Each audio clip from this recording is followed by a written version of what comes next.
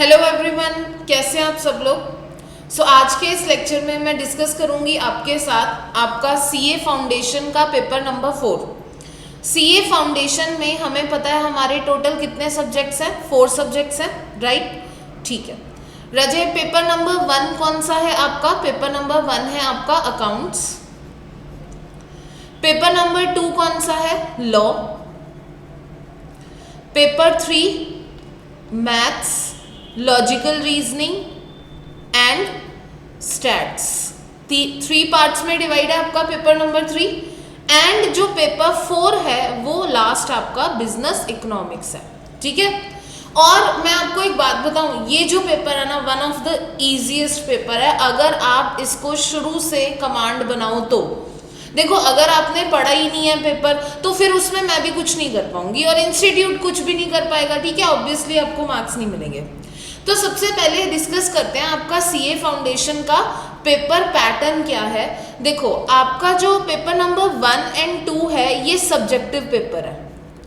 Subjective paper का मतलब क्या होता है राजे? सब्जेक्टिव पेपर का मतलब होता है you have to write the answer, ठीक है।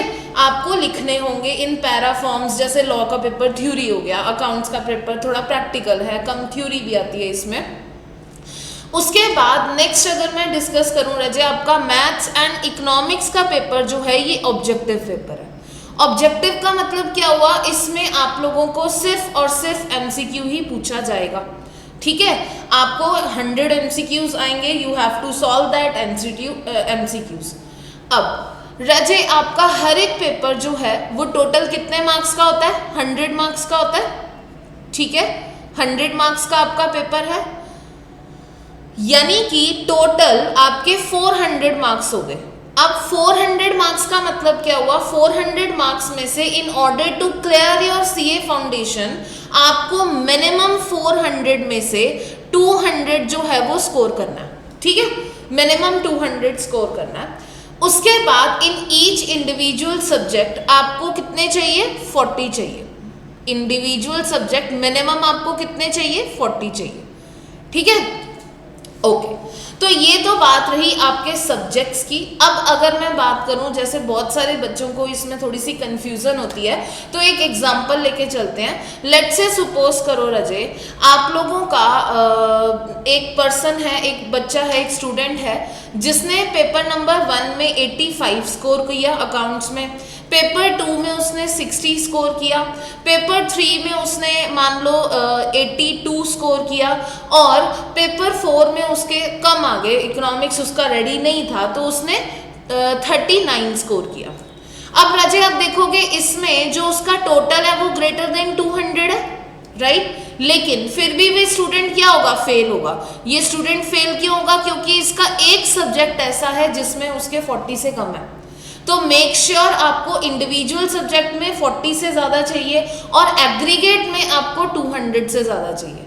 अब जैसे मैं आपको बताऊं, एक स्टूडेंट है, उसके सभी सब्जेक्ट्स में 40 मार्क्स हैं, सभी सब्जेक्ट्स में 40 मार्क्स हैं, टोटल हो गया 160। इंडिविजुअल तो पास हो गया, लेकिन रजे फिर भी ये स्टूडेंट फेल माना जाएगा। क्यों फेल माना जाएगा? क्योंकि मुझे टोटल कितना चाहिए था? 200 से ज़्यादा चाहिए था।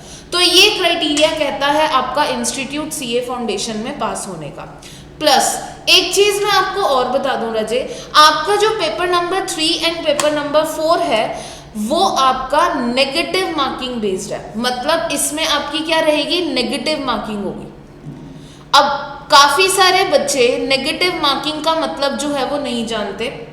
बच्चे कहते हैं मैम 0.25 मार्क्स कटेंगे। No, this is not the case, right. Negative marking का मीनिंग समझो रजे, अगर मैं एक पर्टिकुलर आंसर रॉन्ग करती हूँ, ठीक है, अगर मैं एक पर्टिकुलर आंसर गलत करती हूँ तो नॉर्मल में कितने मार्क्स करते हैं? 1 मार्क कटता है, लेकिन मेरे कितने मार्क्स कटेंगे? 1.25 मार्क्स कटेंगे। मतलब 1 मार्क तो कटेगा ही कटेगा नेगेटिवली और 0.25 एक्स्ट्रा कटेगा, तो 1.25। ये आपके इकोनॉमिक्स के पेपर का यही क्राइटेरिया होता है, और जो पेपर नंबर 3 है मैथ्स, उसका भी यही क्राइटेरिया है।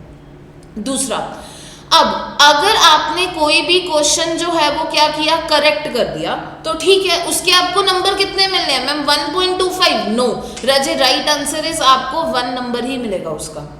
लेकिन अगर मैं कुछ क्वेश्चन लीव कर देती हूं तो उस केस में मेरा नॉर्मल 1 मार्क ही कटेगा। क्लियर? तो इस बात का आप लोगों ने ध्यान रखना है कि मैं हमेशा बच्चों को मेरी क्लास में बोलती हूँ कि ध्यान रखना क्वेश्चन में if you are not sure about the topic, कुछ ऐसा टॉपिक आ गया है जो एकदम आउट ऑफ द बॉक्स लग रहा है, हमने पढ़ा ही नहीं हुआ मैम, उसको लीव कर दो, रॉन्ग मत करो, तुक्का नहीं करना मारना यहाँ पर, ठीक है? ओके, तो ये तो बात हो गई आपके पेपर पैटर्न की और हमारा क्वेश्चंस किस तरह से आएंगे या मार्किंग किस तरह से होगी उसकी। रजय नेक्स्ट अब हम लोग डिस्कस करते हैं कि मैम हमारे इकोनॉमिक्स में टोटल कितने चैप्टर्स हैं। रजय आपके इकोनॉमिक्स में टोटल 10 चैप्टर्स हैं।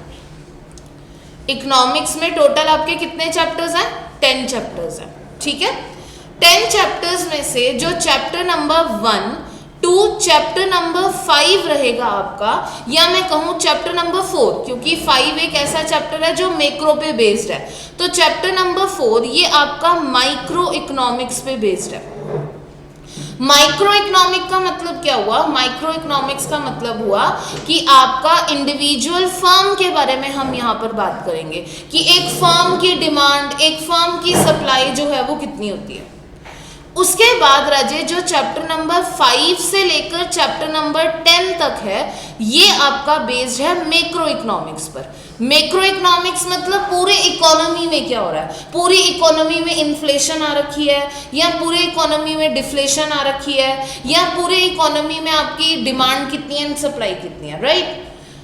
अब बच्चे मेरे से पूछते हैं मैम ऐसा चैप्टर बताओ जो हम करके मार्क्स स्कोर कर लें। राइट आंसर इज राजे, आप प्रोफेशनल कोर्स कर रहे हो, ऐसा कोई भी चैप्टर नहीं होगा जिसको पूरा करके आप सिर्फ ये चैप्टर्स करके आप मार्क्स स्कोर कर लो in order to pass in your exam. और एक इकोनॉमिक्स ऐसा एक सब्जेक्ट होता है ना जो ज़्यादा हैवी नहीं है, ज़्यादा बच्चों को तंग नहीं करता। बच्चों के पास ऑलरेडी लॉ है, मैथ्स है, कईयों का मैथ्स वीक होता है थोड़ा क्योंकि +1 +2 में नहीं किया हुआ, लॉ एक नया सब्जेक्ट है, वो नए सिरे से इंट्रोड्यूस हुआ है, तो इसीलिए इकोनॉमिक्स को ज़्यादा परेशान करने की ज़रूरत नहीं है।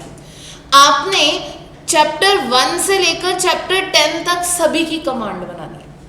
अगर आप मेरी क्लास में इनरोल करते हो तो सबसे ज़्यादा टाइम जो आपका मैं चैप्टर्स में कंज्यूम करूँगी, जो चैप्टर्स डिमांड करते हैं सबसे ज़्यादा टाइम, वो है फर्स्ट ऑफ ऑल आपका chapter number 2 theory of demand and consumer behaviour के बारे में बात करता है ये, ठीक है? डिमांड क्या होती है, डिटर्मिनेंट्स ऑफ डिमांड क्या है, elasticity of demand is a major topic, right? उसके बाद राजे चैप्टर नंबर 3, इसमें आएगा theory of production and theory of cost. Next है राजे आपका चैप्टर नंबर 4। चैप्टर नंबर 4 है आपका मार्केट्स पे बेस्ड। मार्केट्स पे बेस्ड का मतलब क्या हुआ, कितने टाइप्स ऑफ मार्केट्स होते हैं एंड ऑल दैट। अब ये जो चैप्टर्स है ना आपके, ये थोड़े से टेक्निकल हैं। अगर आप सेल्फ स्टडी भी कर रहे हो, आप कहीं से कोचिंग नहीं ले रहे हो, तो मेक श्योर या किसी भी टीचर के आप लेक्चर्स रेफर कर रहे हो तो मेक श्योर इन चैप्टर्स के आप नोट्स प्रॉपर बनाओ, क्योंकि ये चैप्टर नोट्स के बगैर जो है वो नहीं होगा, ठीक है? क्लियर?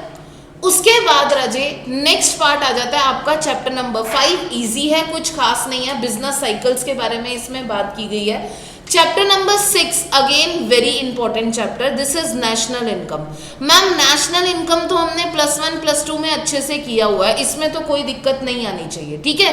ओके राजा, नेशनल इनकम एक ऐसा चैप्टर है जो आप काफ़ी हद तक +1 +2 में करके आते हो, बट एक बात बताऊं, थोड़ा सा ऑब्वियसली डिफर करेगा क्योंकि अब +2 वाला लेवल तो रहेगा नहीं, ठीक है? हाँ, अगेन ये एक ऐसा चैप्टर है जो आपने नोट्स के बगैर नहीं करना। मेरी क्लास में एनरोल करोगे, मैं प्रॉपर नोट्स इसके बनवाऊंगी और आप लोगों का अगर आप सेल्फ भी कर रहे हो तब भी आपको नोट्स के बगैर ये चैप्टर्स नहीं करने, ठीक है? उसके बाद जो चैप्टर नंबर 7 थ्योरेटिकल चैप्टर है रजय, ये भी आपका चैप्टर नंबर 8 ये बात करता है आपके आरबीआई के फंक्शंस के बारे में, मनी जो आरबीआई फंक्शंस कैरी आउट करता है, मॉनेटरी पॉलिसी कैरी आउट करता है, इसके बारे में। चैप्टर नंबर 7 है आपका फिस्कल पॉलिसी के बारे में, ठीक है? Chapter number 7 is something we call theory, इसमें ज़्यादा टेक्निकलिटीज़ नहीं है। चैप्टर नंबर 8 थोड़ा बहुत टेक्निकल है, थ्योरी पार्ट है। चैप्टर नंबर 9 इंटरनेशनल ट्रेड, ये भी थ्योरी वाला पार्ट है। चैप्टर नंबर 10 आपका जो है Indian economy, again this is theory part. So आपको कहाँ पर, किन 4 चैप्टर्स पर, मैं टोटल 5 चैप्टर्स बोलती हूँ जो आपसे सबसे ज़्यादा डिमांड करेंगे मेहनत।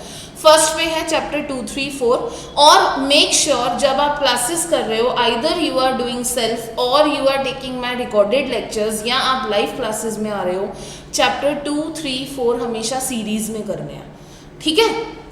ओके, तो ये तो बात हो गई रजे आपके पेपर की, पेपर पैटर्न की, चैप्टर्स की। Now we will be starting with a small topic, ठीक है? आज के लेक्चर में हम एक स्मॉल टॉपिक डिस्कस करेंगे और फिर उसके बाद आगे नेक्स्ट पार्ट करेंगे। सो देखो, आज के लेक्चर में ऑब्वियसली सबसे पहले जब हम एक एक सब्जेक्ट को पढ़ने लगते हैं ना, तो उस सब्जेक्ट के बारे में जानना बहुत ज़रूरी होता है, ठीक है? ये जानना बहुत ज़रूरी होता है कि वो सब्जेक्ट किससे डील कर रहा है। देखो, आप एक नया फ्रेंड बनाते हो, राइट? तो उस फ्रेंड के बारे में समझते हो ना, उसकी हैबिट्स क्या हैं, उसके लाइक्स क्या हैं, उसके डिसलाइक्स क्या हैं। उसी तरह से आपको सब्जेक्ट में, जो हर सब्जेक्ट में चैप्टर नंबर 1 होगा, वो ये बताएगा कि वो सब्जेक्ट किस बारे में बात करता है। तो ऑब्वियसली चैप्टर नंबर 1 में हम पढ़ेंगे nature and scope of business economics.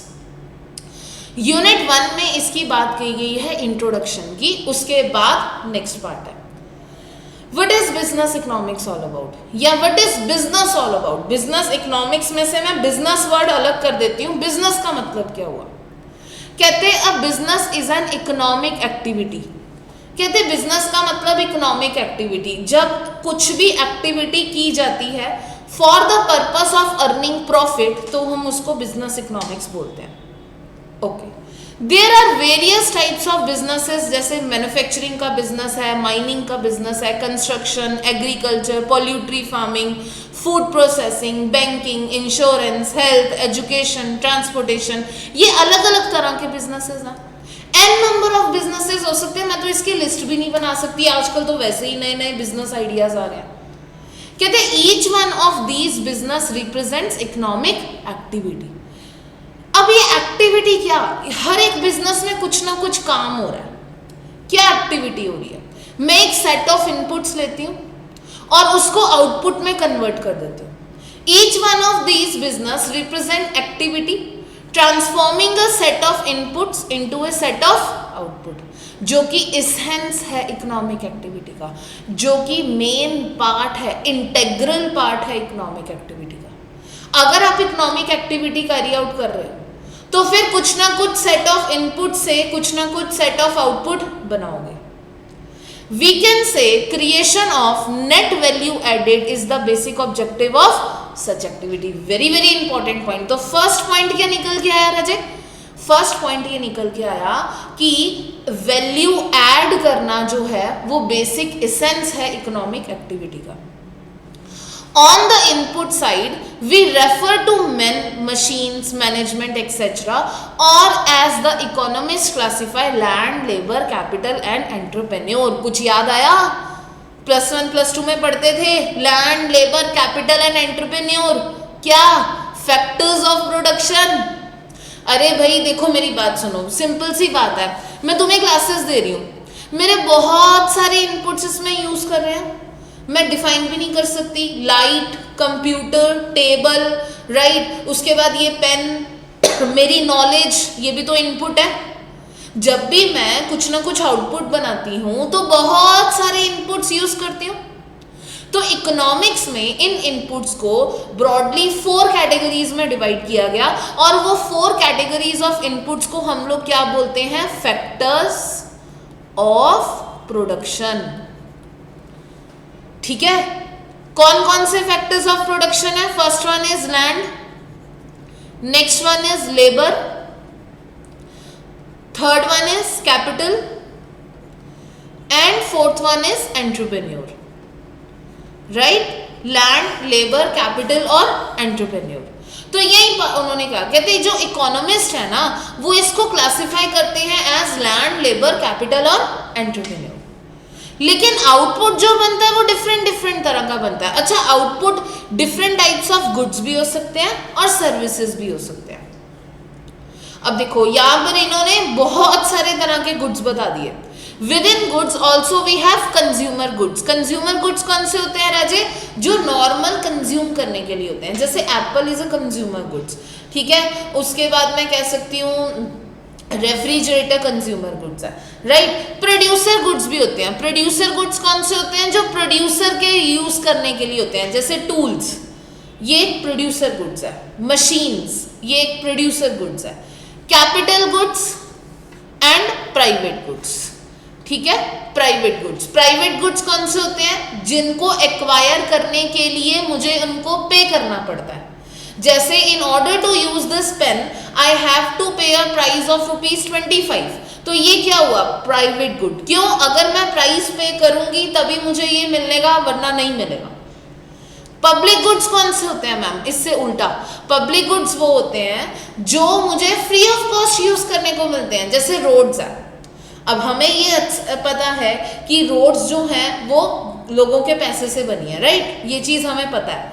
लेकिन कई लोग ऐसे हैं जिन्होंने टैक्स पे नहीं किया, वो भी इन रोड्स को यूज कर रहे हैं। आप उनको कैसे बोलते हो कि नहीं नहीं आपने टैक्स पे नहीं किया, आप जाओ, आप इस रोड पे नहीं चल सकते, ऐसा बोलते हैं हम? नहीं बोलते। तो फिर पब्लिक गुड्स कौन से हुए? जिनका एक्सेस मुझे फ्री ऑफ कॉस्ट मिल जाता है।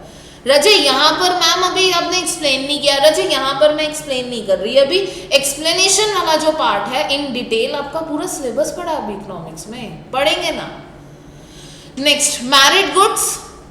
मैरिड गुड्स कौन से होते हैं? जो अच्छे होते हैं इकोनॉमी के लिए, जैसे एजुकेशन हो गया, ये सर्विसेज है, ठीक है, या आप कह लो फ्रूट्स हो गया, ये मैरिड गुड्स है। नॉन मैरिड गुड्स जैसे अल्कोहल, सिगरेट्स, ये सारे क्या है? ये मैरिड गुड्स, डीमैरिड गुड्स हो गए। Some of the goods are non durable. Non durable मतलब जो सिंगल यूज के लिए होते हैं। एप्पल है, कंज्यूम कर लिया, सिंगल यूज है, ऐसा नहीं है कि उसी एप्पल को दोबारा से खाऊंगी।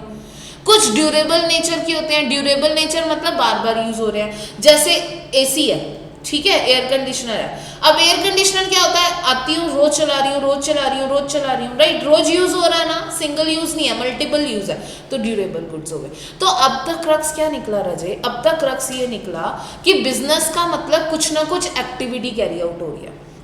ओके, तो अभी तक अगर हम लोग क्रक्स बनाए, ठीक है, तो क्रक्स क्या निकला? बिजनेस का मतलब समझने गए थे हम। बिजनेस में हमने देखा कि कुछ ना कुछ एक्टिविटी जो है वो कैरी आउट हो रही है। अब वो एक्टिविटी कौन सी है? एक्टिविटी है इनपुट्स यूज करके हम लोग क्या जनरेट कर रहे हैं राजे? आउटपुट जनरेट कर रहे हैं। कौन कौन से इनपुट यूज हो रहे हैं? लैंड, लेबर, कैपिटल और एंटरप्रेन्योर। आउटपुट में दोनों बन रहे हैं, गुड्स भी बन रहे हैं और सर्विसेज भी बन रहे हैं, ठीक है। तो अलग अलग टाइप्स ऑफ गुड्स बन रहे हैं, अभी तक हमने ये पढ़ा। Next, the purpose of any economic activity such as production, consumption, distribution, exchange and inventory accumulation is to create surplus। Ma'am एक बात बताओ, हम क्यों कर रहे हैं ये इकोनॉमिक एक्टिविटी? हम इनपुट्स को आउटपुट्स में जो कन्वर्ट कर रहे हैं, ये क्यों कर रहे हैं? रजे, प्रॉफिट जनरेट करने के लिए, राइट, प्रॉफिट जनरेट करने के लिए। प्रॉफिट हो रहा है तभी तो मैं बिजनेस एक्टिविटी कर रही हूँ। Some of non-profit organization may not aimed at private profits but they aim at social benefits। अच्छा, कुछ NGOs हैं जिनका एम प्राइवेट प्रॉफिट्स अर्न करना नहीं है बट सोशल बेनिफिट्स जनरेट करना है। तो in context of all economic enterprises several decisions हमें लेने पड़ते हैं। नाउ बिजनेस का मतलब समझ में आ गया। अब हमें ये समझना है कि इस बिजनेस को जो है in context of all economic activity several decisions इस बिजनेस में लेने पड़ते हैं। जैसे हमें ये डिसाइड करना है कि प्रोडक्शन यूनिट कहाँ पर इस्टेब्लिश करें, क्या प्रोड्यूस करें, व्हेन टू प्रोड्यूस, दूसरा फॉर होम टू प्रोड्यूस और व्हाई टू प्रोड्यूस। ये कुछ क्वेश्चंस हैं जो हर एक बिजनेसमैन लेता है, चाहे वो लिटरेट है और इलिटरेट है। हर एक बिजनेसमैन ये डिसाइड करता है कि उसको क्या प्रोड्यूस करना है, कब प्रोड्यूस करना है, कितनी क्वांटिटी में करना है, कहाँ पे करना है, किसके लिए, कौन सी मार्केट टारगेट करनी है एंड ऑल दैट। उसी तरह से एक फाइनेंस एंटरप्राइज है। Dealing with funds has to decide when to raise funds, where to direct the use of these funds और what should be the maturity and other terms. Majority और other terms क्या होनी चाहिए? Each decision problem represents an area of choice. It is suggested that economics क्या है? Discipline है जो कि हमें हेल्पफुल करता है इन analysing rationality and optimality of A given choice. ठीक है, इकोनॉमिक्स जो ये सब्जेक्ट है इसमें हम पढ़ते हैं कि हमने किस तरह से जो है आपका जो ये डिसीजंस हैं वो लेने हैं. तो अब बात शुरू होती है किसकी? What is economics all about? Economics का मतलब क्या हुआ? What is economics about? कहते the term economics owes its origin to the Greek word oikonomia. ठीक है, ये आपने याद रखना है राजे, ये एमसीक्यूज आते हैं. इकोनॉमिक्स का ओरिजिन कहां से हुआ? ओकोनोमिया से. एक ग्रीक वर्ड है ये ओकोनोमिया, जिसका मतलब होता है हाउस होल्ड. अब एक बात बताऊं, 19th सेंचुरी तक तो हमारा सब्जेक्ट आइडेंटिफाई नहीं हुआ था properly. Till 19th century economics जो है वो पॉलिटिकल इकोनॉमी बोलते थे उसको. लेकिन एडम स्मिथ, जिसको हम फादर ऑफ इकोनॉमिक्स बोलते हैं, कहते हैं the book name an inquiry into the nature and causes of the wealth of nation, जो कि 1776 में आई थी, usually abbreviated as the wealth of nation, जिसका शॉर्ट नेम है द वेल्थ ऑफ नेशंस. किसने दी थी ये बुक? एडम स्मिथ ने दी थी. उसने फर्स्ट टाइम वर्ड यूज किया था इकोनॉमिक्स अपनी इस बुक में.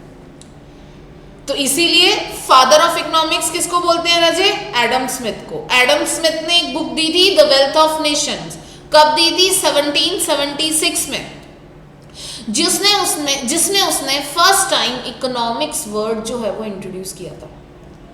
अच्छा, दूसरी बात आपने इसमें क्या ध्यान रखनी है? इकोनॉमिक्स का ओरिजिन कहां से हुआ? ग्रीक वर्ड से हुआ राजे, ओकोनोमिया से. Before we start with the meaning of business economics, it is important for us to understand economics करती क्या है. मैम, बिजनेस इकोनॉमिक्स पर तो हम बाद में आएंगे, पहले इकोनॉमिक्स का मतलब बताओ. अब देखो, आप लोगों के बुक में यहाँ पर एक एग्जाम्पल दिया हुआ है. अच्छा, एक चीज मैं आप लोगों को बताना भूल गई रजय, एक चीज का ध्यान रखना. आप लोगों के ये जो मैं नोट्स यूज कर रही हूँ, if you are going for my regular lectures, right, तो आप लोगों के ये जो मैं नोट्स यूज कर रही हूँ, दिस इज कम्प्लीटली मॉड्यूल. अगर एक स्टूडेंट मेरी क्लास में एनरोल होता है, उसके पास मान लो नोट्स नहीं है इन हार्ड कॉपी और सॉफ्ट कॉपी, आपको नोट्स मिलेंगे, आपको हमारे एडमिशन काउंसलर से पता लगेगा. ठीक है, मैंने आपके इस वीडियो के डिटेल्स में नंबर ड्रॉप करा हुआ है, you can inquire on that number. लेकिन मैं आपको बता दूं कि ये जो मैं नोट्स यूज़ कर रही हूँ, this is only module year. मैंने देखो, इंस्टीट्यूट के मॉड्यूल से ऊपर कुछ भी नहीं है मेरे लिए. आपको अगर सीए फाउंडेशन के इकोनॉमिक्स सब्जेक्ट की तैयारी करनी है, module is more than enough. हाँ, नोट्स मैं इसीलिए बोल रही थी कि क्योंकि आपके पास एंड मोमेंट पे टाइम नहीं होता कि आप इतने इतने डिटेल्ड नोट्स पढ़ो, तो आपने उसी को कट शॉर्ट करके नोट्स बनाने हैं. ठीक है, खुद. ओके, जो हैंड रिटन नोट्स हैं. अब देखो, अब यहाँ पर एक एग्जाम्पल लिया हुआ है. कहते for this consider the following situation. It is your birthday and your mother gives you ₹1000 as birthday gift. You are free to spend the money as you like. ठीक है, अब आपको 1000 रुपीज दे दिए, जा खुश रहा, राइट. अब आपके पास बहुत सारे ऑप्शंस हैं. ठीक है, क्या ऑप्शंस हैं? आपका एक मन करता है कि मैं इस 1000 से ना क्लोथ्स खरीद लेती हूँ, कोई ड्रेस खरीद लेती हूँ प्रॉपर वाली. ठीक है, दूसरा फ्रेंड्स को पार्टी दे देती हूँ. तीसरा रेस्टोरेंट में जाके अच्छे से एक डिनर करते हैं. चौथा बुक खरीद लेते हैं, जो कि आप नॉर्मली नहीं करोगे. तो आपके पास चॉइसेस आ गई बहुत सारी. अब है तो ₹1000 ही. मैम आजकल तो एक ड्रेस भी नहीं आती 1000 में, आप क्या बात कर रहे हो. चलो हम इसको 5000 कर लेते हैं. तब भी आप सारे काम तो नहीं कर सकते ना.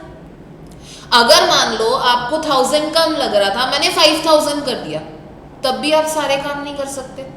ग्रोथ भी, पार्टी भी, रेस्ट भी, बुक भी, सब कुछ तो नहीं कर, रेस्टोरेंट भी, सब कुछ तो नहीं कर सकते. तो कहते हैं इसका मतलब क्या हुआ इस पूरे सिनेरियो से. यही चीज इस पैरा में एक्सप्लेन की है इस पूरे सिनेरियो से मुझे दो बातें पता लगी ना, दो चीजें सीखने को मिली है। क्या? कि जो ह्यूमन बीइंग्स की वांट्स है ना राजे, वो अनलिमिटेड है। उसको जितना मर्जी रिसोर्स दे दो, जितना रिसोर्स बढ़ाते जाओगे उसकी वांट्स बढ़ती जाएंगी। तो फर्स्ट थिंग हमें क्या पता लगा राजे, कि हमारी जो वांट्स हैं वो क्या है? अनलिमिटेड। लेकिन मीन्स टू सेटिस्फाई द जो वांट्स है, जिनके द्वारा हमने ये वांट सेटिस्फाई करनी है, यानी कि रिसोर्सेस, वो क्या है? Limited, scars.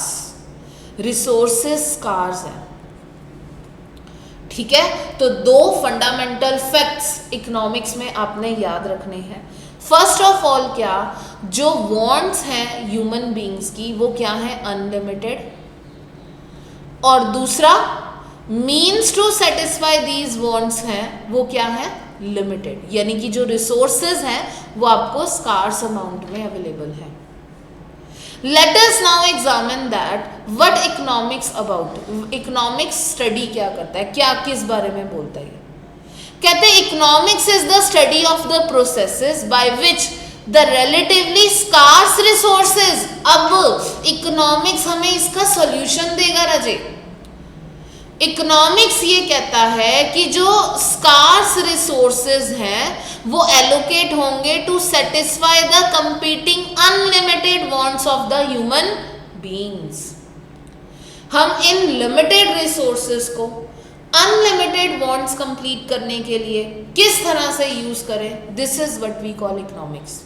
राजा, ये मैंने अभी एक one of the branch discuss किया है इकोनॉमिक्स। इट डजंट मीन कि हम पूरी इकोनॉमिक्स में यही सब चीजें पढ़ते रहेंगे, no.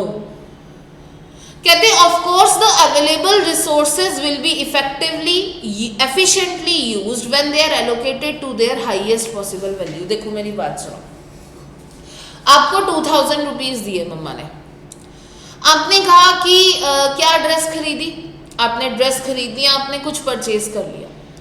Now it is necessary कि जो आपको रिसोर्स मिला था राजे, उसको आपने एफिशिएंट यूटिलाइजेशन किया, उसकी आपने एफिशिएंट यूटिलाइजेशन किया। एफिशिएंट यूटिलाइजेशन मतलब मैक्सिमम बेनिफिट आपने जनरेट किया उससे। कहते हैं economics is thus how we work together to transform the scarce resources into goods and services. अब इकोनॉमिक्स में हम यही स्टडी करते हैं कि ये जो हमारे स्कार्स रिसोर्सेज है राजे, इसको गुड्स एंड सर्विसेज में किस तरह से कन्वर्ट करना है to satisfy the most pressing of our infinite wants and how we distribute these goods and services among ourself. कहते this definition of economics with narrow focus on using relatively scarce resources to satisfy human wants, यही main domain है किसका? Neo classical micro economics analysis का। Despite being correct, it is incomplete as it brings to our mind the picture of a society with fixed resources, skills and productive capacity। ठीक है, देखो ये correct तो है, मैंने वही आपको बोला। Till now we have discussed only a branch of economics. Despite being correct, ये incomplete है। As it brings to our mind the picture of a society जिसके पास fixed resources हैं, अभी तक हमने जितना पढ़ा हमारे दिमाग में एक पिक्चर बन रही है कि हाँ एक रिसोर्स मिले हैं, फिक्स्ड क्वांटिटीज में मिले हुए हैं। Deciding on what specific kinds of goods and services is ought to produce, और हम उससे ये डिसाइड करना चाहते हैं कि हम कौन से गुड्स और सर्विसेज जो हैं वो प्रोड्यूस करें। And they ought to be distributed among the members of the society, और उसको किस तरह से डिस्ट्रीब्यूट सोसाइटी में करना है। However, two most important concerns of modern economies are not fully covered by this concept. Now, अब आपकी two most important concept हैं जो यहाँ पर कवर नहीं हुए हैं, और टू मोस्ट इंपॉर्टेंट कॉन्सेप्ट राजे यहाँ पर कौन से हैं जो अभी कवर नहीं हुए हैं। कहते हैं on one hand we find that कि productive capacity of modern economies has grown tremendously. हमने नए नए मशीन्स जो हैं वो नए नए मशीन्स हमने टेक्नोलॉजी ले आए हैं, मशीन्स ले आए हैं, लेकिन प्रोडक्टिव कैपेसिटी जो प्रोडक्शन है वो अभी भी उतनी नहीं हो रही है। Population and labour force have increased, population और लेबर फोर्स जो है वो क्या हुई है, इंक्रीज हुई है, right. Population and labour force have increase, new source of raw materials आए हैं, बेटर प्लांट एंड इक्विपमेंट हमने बनानी है, not only the quantities of the available productive resources increase, quality भी इंक्रीज करने के लायक हुए हैं। पहले हम लोग लो क्वालिटी यूज करते थे, अब मशीन्स आ गई है, मशीन मेड गुड्स आ गया तो हम हाई क्वालिटी यूज कर रहे हैं। Better education system, acquired skills have raised the productivity of labor force and has led to the discovery of completely new kind of natural resources, जैसे shell gas हो गया, एक तरह के रॉक से निकलती है ये। लेकिन इतना सारा कुछ होने के बाद भी on the other hand we know that the resulting growth in production and income has not been smooth, जो growth है वो smooth नहीं है। There have been periods in which output not only failed to grow, लेकिन decline भी हुई है, sharply decline हुई है। During such periods, factories, workers and other productive resources have remained idle. जैसे कोविड आया, machines idle पड़ी थी, क्या कर सकते हैं, कुछ नहीं कर सकते, right? ठीक है, ओके चलो यहाँ तक हो गया। कहते हैं economics therefore concerns itself just with crucial concern of how a nation allocates its scarce resources to various uses. इसीलिए इकोनॉमिक्स को ये टेंशन है, इकोनॉमिक्स का ये कंसर्न है इकोनॉमिक्स का कि ये जो क्रूशियल रिसोर्सेज है ये वेरियस ऑल्टरनेटिव यूजेस में हम कैसे डालें। It also deals with processes by which the productive capacity of these resources is increased and with the factors which is the past have led to sharp fluctuation in the rate of utilization of these resources. It also deals, अब economics का दूसरा cause हमें समझ में आ गया, economics subject में हमें क्या पढ़ना है वो दूसरी चीज हमें समझ में आ गई, क्या?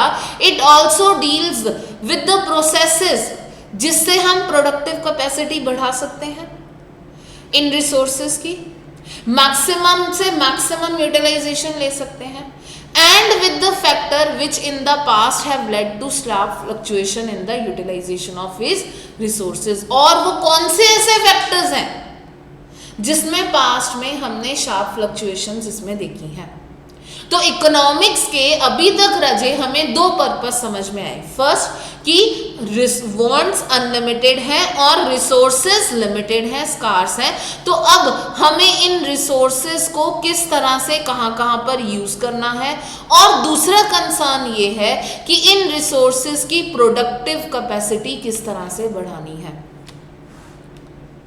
Next part, in day to day events we come across several economics issues, जैसे कि changes in the price of individual commodity, general price level सारी चीज़ों का बढ़ गया, इकोनॉमिक प्रॉस्पेरिटी आ गई कंट्री में, higher standards of living and some countries despite general poverty and poor standards of living in others, right. तो day to day events के case में हम ये सारे आप लोग न्यूज़पेपर्स में पढ़ते हो, some firms making extraordinary profit while others close down, कुछ फर्म्स का extraordinary profit आता है, कुछ फर्म्स लॉसेस में जाते हैं। These are matters fundamentally, ये भी इकोनॉमिक एनालिसिस में इंक्लूडेड है। इन्फ्लेशन क्यों आ रहा है इकोनॉमी में, डिफ्लेशन क्यों आ रहा है इकोनॉमी में, राइट, इकोनॉमिक प्रॉस्पेरिटी है या नहीं है।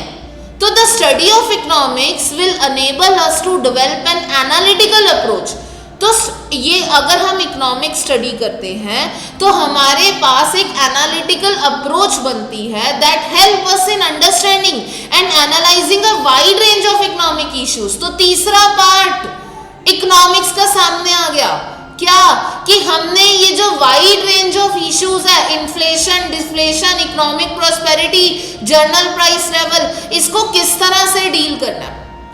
It would also provide us with a number of models and framework that can be applied in different situations.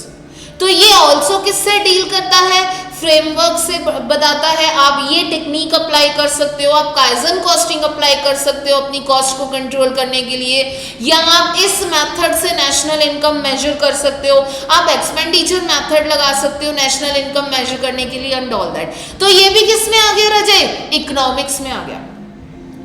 The tools of economics assist in choosing the best course of action from among the different alternative courses of action।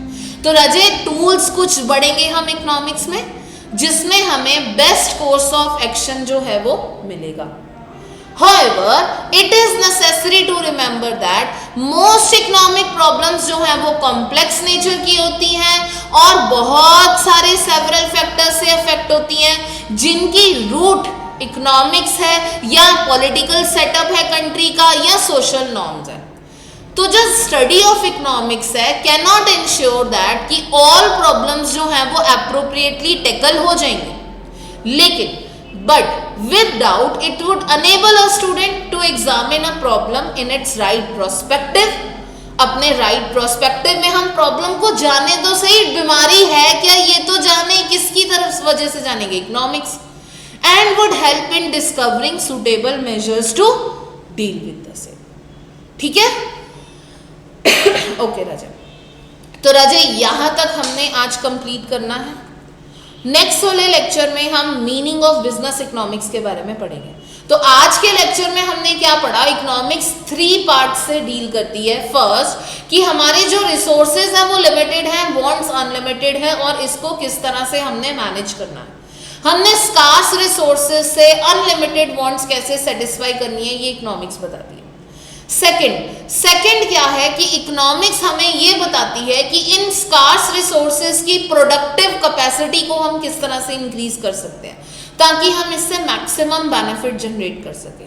Third, जो macro economic level पे scenarios चल रहे हैं जैसे economic prosperity, general price level and etcetera, इनको हमने किस तरह से डील करना है ये इकोनॉमिक्स बताती है। तो इकोनॉमिक्स का एक complete definition we have discussed in this lecture. Now we will be moving to next topic in the next lecture, meaning of business economics. Till then, thank you.